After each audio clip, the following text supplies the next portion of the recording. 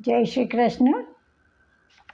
શ્રી કૃષ્ણના જન્મ પહેલાં જે વાતાવરણ છવાઈ ગયું હતું તેનું વર્ણન શ્રી સુખદેવજી રાજા પરીક્ષિતને આ પ્રમાણે કહે છે. આવો જાણીએ. પરીક્ષિત, હવે સમસ્ત શુભ ગુણોથી યુક્ત પરમ શોભાયમાન સમય હતો. રોહિણી નક્ષત્ર હતું કે જેમાં બધા નક્ષત્રો, ગ્રહો અને તારાઓ શાંત સૌમ્ય થઈ રહ્યા હતા. દિશાઓ સ્વચ્છ પ્રસન્ન હતી. નિર્મળ આકાશમાં તારા ઝગમગી રહ્યા હતા. પૃથ્વીના મોટા મોટા નગરો, નાના નાના ગામડાઓ, આહીરોની વસ્તીઓ અને હીરા વગેરેની ખાણો મંગળમય થઈ રહી હતી. નદીઓનું જળ નિર્મળ થઈ ગયું હતું. રાત્રિના સમયે પણ સરોવરમાં કમળ ખીલી ગયા હતા. વનમાં વૃક્ષોની હારમાળા રંગબેરંગી પુષ્પોના ગુચ્છોથી ભરપૂર થઈ ગઈ હતી. ક્યાંક પક્ષીઓ ટહુકી રહ્યા હતા.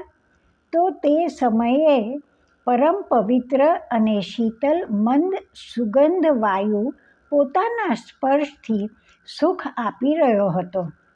અગ્નિહોત્રી બ્રાહ્મણોનો અગ્નિ કે જે ક્યારેય શાંત થતો ન હતો, તે કંસના અત્યાચારથી હોલવાઈ ગયો હતો. તે સારી રીતે પ્રજ્વલિત થઈ ગયો હતો. સંત પુરુષો પહેલેથી જ ઈચ્છતા હતા કે અસુરો વધવા ન પામે. હવે તેમનું મન એકાએક પ્રસન્નતાથી ભરાઈ ગયું. જ્યારે ભગવાનના આવિર્ભાવનો સમય આવ્યો ત્યારે સ્વર્ગમાં દેવતાઓના વાજિંત્ર ભગવાનના મંગલમય ગુણોની સ્તુતિ કરવા લાગ્યા. વિદ્યાધરીઓ અપ્સરાઓ સાથે નાચવા લાગી.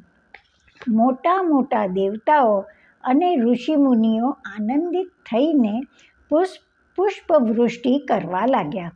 જળથી ભરેલા વાદળો સમુદ્રની પાસે જઈને ધીમી ધીમી ગર્જનાઓ કરતા હતા. જન્મ મૃત્યુના ચક્કરમાંથી છોડાવનારા જનાર્દનના પ્રગટ થવાનો સમય હતો મધરાત્રિ. ચારે બાજુ અંધકારનું સામ્રાજ્ય હતું.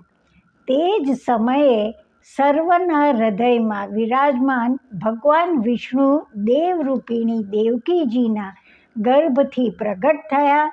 જાણે પૂર્વ દિશામાં 16 કળાઓથી પૂર્ણ ચંદ્રમાનો ઉદય થઈ ગયો. જય શ્રી કૃષ્ણ. નંદ ઘેરા નંદ ભયો, જય કનૈયા લાલ કી. નંદ ઘેરા નંદ ભયો, જય કનૈયા લાલ કી. હાથી ઘોડા પાલકી, જય કનૈયા લાલ કી.